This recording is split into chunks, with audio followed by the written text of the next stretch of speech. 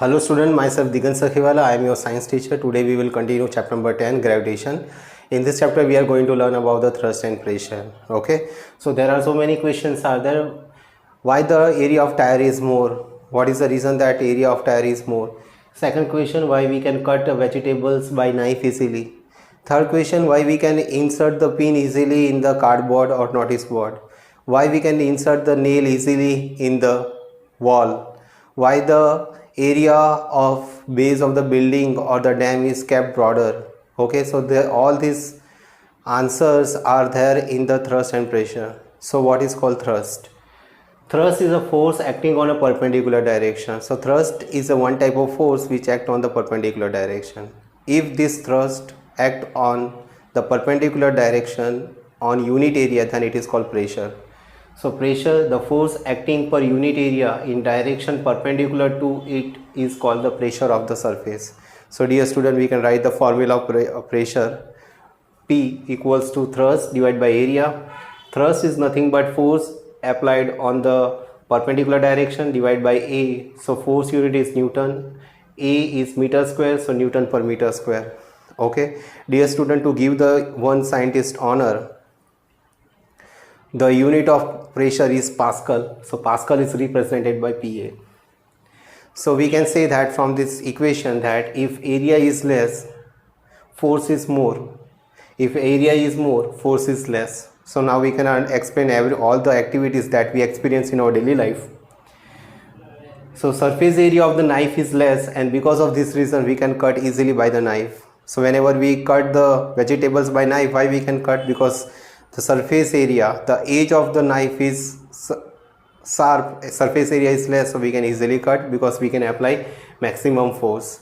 Second reason is that whenever on notice board, whenever we want to insert the pin or we want to insert the cardboard, at that time we can easily insert. What is the reason? That there are two reasons are there. First reason is that we apply the thrust, we apply the force in the perpendicular direction.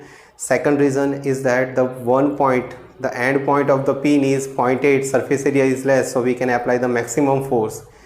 Second question, we know that why we can insert the nail into wall easily by hammer, because the pointed part of the nail has less surface area. So whenever we hammer on the head part of the nail, then we can easily insert the nail in the wall. But suppose we try to insert the head part of the nail and we hammer on the pointed part of the nail, then we cannot insert the nail into the wall. Only reason is that the surface area of head part of the nail is more.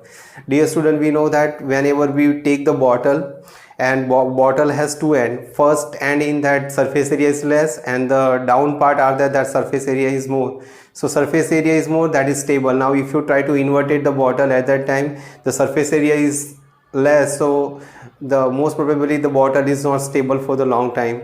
Now same bottle, in that you add the water and put the bottle in your palm, then you feel the more pressure. Only reason is that the less surface area produce more and more pressure. Okay, by increasing the area, pressure can be decreased. Example, multi-store building and dam is kept broader. Okay, so when we increase the area here, then we can decrease the force. So tires are broad, in truck tires are broad. Only reason is that whenever we increase the area, the force is decreased. Multi-store building, in that also to give the support, we want that its basement is more and more broad.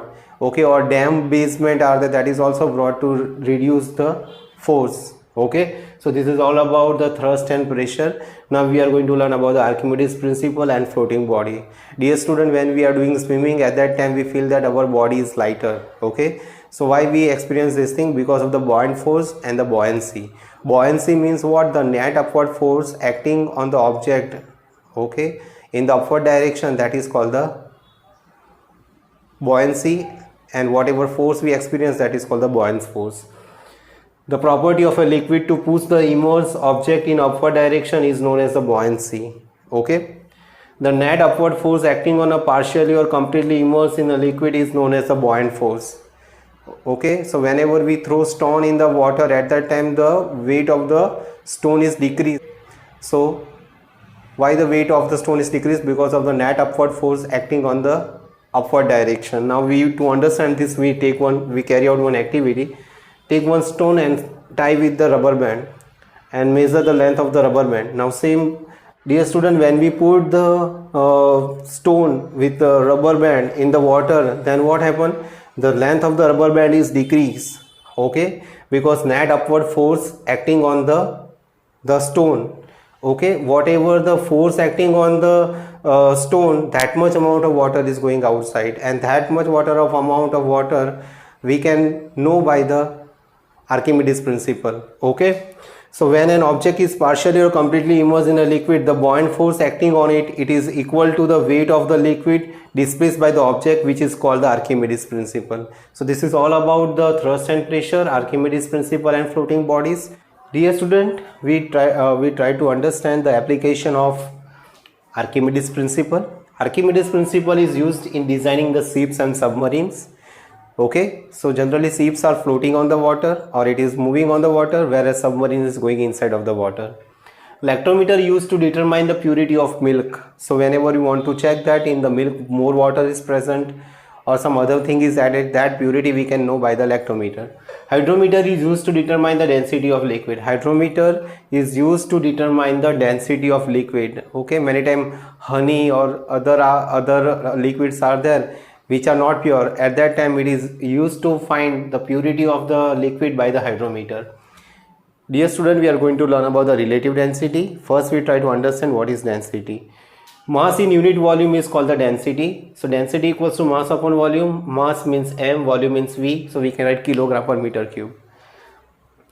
It is different for the different substance. Okay, and because of that is the density of gold. Gold is represented by AU. 19,300 kilogram per meter cube, whereas water density is 1,000 kilogram per meter cube. Student, density is generally measured in terms of water. Okay, and that density is called the relative density. When density is measured with respect to density of water, it is called the relative density, or it is called the specific density.